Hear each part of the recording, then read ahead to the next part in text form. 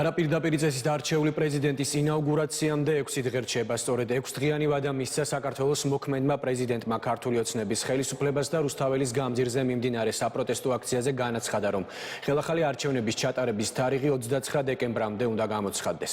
სალომე ზურაბიშვილმა არჩევნების თარიღზე მოლაპარაკებების მიზნით ქართული ოცნების საპატიო თავმჯდომარე ბიძინა ივანიშვილი ორბელიანების სასახლეშიც მიიწვია. სალომე ზურაბიშვილის მსგავსად მოქმედ პრეზიდენტის ინსტიტუტს ერთადერთ ლეგიტიმურ ინსტიტუტად აცხადებს ბარიერ გადალახული ოპოზიცია. ხელისუფლების ოპონენტები პრეზიდენტს სრულ მხარდაჭერას უცხადებენ და გამოსავალს ისინიც ხელახალ არჩევნებში ხედავენ. მოვლენების მსგავს განვითარებას კატეგორიულად გამორიცხავენ ქართულ ოცნებაში, მმართველ პარტიაში. 26 დღიანი პროტესტის მიუხედავად ხაზგასმით აცხადებენ, რომ ხელახალი არჩევნები არ ჩატარდება.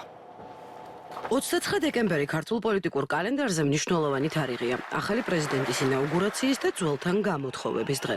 თუმცა როგორც ევროპარლამენტარმა რასაიუკნევიჩიენემ, მანამდე ევროკავშირის უმაღლესმა წარმომადგენელმა კაია კალასმა საქართველოს ძალიან მკაფიოდ უთხრეს, რომ პრეზიდენტი თანამდებობაზე არის 29 დეკემბრამდე და შეიძლება მანამდე ძალიან ბევრი რაღაც მოხდეს.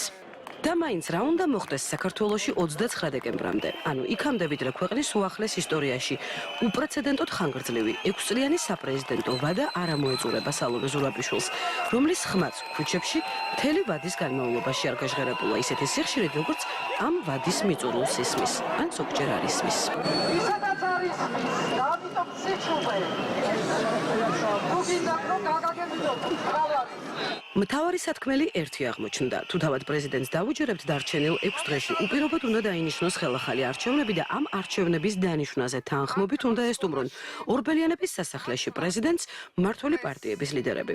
უფრო კი მისი დამფუძნებელი, ისიც 29 დეკემბრამდე. მოვიდეს სასახლეში, მოვიდეს ივანიშვილი, რადგანაც ის მართავს ყველაფერს და მე მზათა ვარ, რომ დავსხდეთ და მოვიფიქროთ, როგორ უნდა დაინიშნოს არჩევნები, ოღონდ რიცხვი არჩევნების დანიშვნის უნდა შეთანხმებული იყოს 29-მდე. ეს მიპატიჟება, რომ დიდი ალბათობით მიწვევადვე დარჩება პრეზიდენტმა წინასწარ თუ არ იცოდა, უნდა ევარაუდა მაინც. არჩევნებიდან ამ დრომდე საჯარო პოზიციებში არაფერი მიანიშნებს იმაზე, რომ მმართველი პარტია ან ხელახალ არჩევნებზე ფიქრობს, ან რაიმე ფორმით განიხილავს ამ საკითხს. სერიოზულად მაინც. აი რატომ უნდა იყოს რიგარში არჩევნები? საფუძველი ხომ უნდა ქონდეს? თუ გაყავდა, უნდა ჩაატარო. უნდა ჩაატარო ახალი არჩევნები თუ გაყავდა, მაგრამ ერთი 300,000 ხმა რომ გაყალბებული იყო სიტყვაზე ვამბობ, სიტყვაზე სისულელე სპეციალურად, მაინც არ ყოფნით გასამარჯვებლად, მაინც ქართული ოცნება იქნებოდა ხელისუფლებაში. ამ სისულელის ლაპარაკის დროსაც არ ყოფნიდათ. მაგრამ როცა ამას არ ილაპარაკებ ასეთ აბსურდს, უნდა თქვა, რეალობა არის ერთი, რომ რასაც ისინი ამბობენ, ამ აბსურდის მიღმა ამის 1%-საც ვერ ადასტურებენ. ამ პოზიციის მიხედვით გამოდის, რომ არც ბიძინა ივანიშვილს და არც ქართული ოცნების რომელიმე სხვა ლიდერს, არც მომდევნო ერთ კვირაში უნდა დაელოდოს სალომე ზურაბიშვილი. თუმცა, სხვა კიდევ რა უნდა მოხდეს 29 დეკემბრამდე, წინა საახალწლო პოლიტიკური სურვილები განსხვავებულია. აი მაგალითად, თუ კიდევ ერთ ყოფილ პრეზიდენტს დაუჯერებთ საპროტესტო კალენდარზე ახლა, შეტევაზე გადასვლის და უკანონოდ დაპატრონებული შენობების დაცლის დროა. თუმცა ვიდრე ყოფილი პრეზიდენტის წინა საახალწლო სურვილში შტურმების სიგნალები იკითხება ჯერ კიდევ მოქმედი პრეზიდენტის თანამოაზრეებს, რომლებიც ორბელიანების სასახლეს ხშირად სტუმრობენ. ხან საქმიან ვახშმებზე და ხანაც პოლიტიკურ სადილებზე განსხვავებული პოზიციები აქვთ და ამბობენ, რომ 29 დეკემბრამდეც და მას შემდეგაც პრეზიდენტი ყველაფერს თავად იტყვის.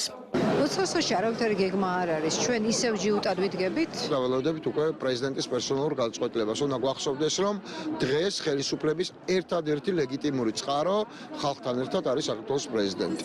ნიკა გვარამია ამ რწმენაში მარტო არ არის. პოზიციას პროცესში სალომე ზურაბიშვილის უპირობო ლიდერობის შესახებ იზიარებს ბარიერ გადალახული ყველა ოპოზიციური პარტიის ყველა ლიდერი, რომლებსაც მანამდეც ბევრჯერ უთქვამთ, რომ სალომე ზურაბიშვილი მათთვის პრეზიდენტად დარჩება 29 დეკემბრის შემდეგაც. თუმცა 29 დეკემბერს ახალი პრეზიდენტის ინაუგურაციასთან ერთად ძველი პოსტსაც უნდა გამოემშვიდობას და რეზიდენციასაც. ამასობაში ამოუხსნელი რჩება ერთი პოლიტიკური თავსატეხი. თუ სალომე ზურაბიშვილი პოსტის და შესაბამისად ორბელიანების სასახლის დათმობაზე უარს იტყვის, რა მოხდება შემდეგ. კარგად წაიკითხონ ერთი კანონი, რომელსაც სისხლისამართლის კოდექსი ქვია და ემად არ შემოერღვეთ სისხლისამართლის კოდექსით გათვალისწინებული სხვადასხვა ქმედებები და კანონის წინაშე არ მოუწიოთ პასუხისმგებლობა და თუ იქნება დანაშაული, რა თქმა უნდა, მას მოყვება პასუხისმგებლობა. ეს ხომ აქსიომაა. აქსიომა თუ არა მოცემულობაა ისიც რომ ქუჩაში პროტესტი არ წყდება და ამ პროტესტის ლიდერად ახლა სალომე ზურაბიშვილი იქცა, რომლის სახელსაც გარეთ უფრო და უფრო ხშირად სკანდირებენ. რა მოხდება 29 დეკემბრამდე ან 29 დეკემბრის შემდეგ, როცა მოქმედი პრეზიდენტი კონსტიტუციის თანახმად ყოფილ პრეზიდენტად იქცევა, ჯერჯერობით უცნობია. ისევე როგორც ის, გადაიქცევა თუ არა ახალი წლიდან ძველი პრეზიდენტი ახალი მოძრაობის ლიდერად. ასეთ შემთხვევაში ჩნდება კიდევ ერთი შეკითხვა. რა როლი დარჩებათ ამ პოლიტიკურ პროცესებში იმ პარტიის ლიდერებს, რომლებმაც საარჩევნო ბარიერი გადალახეს?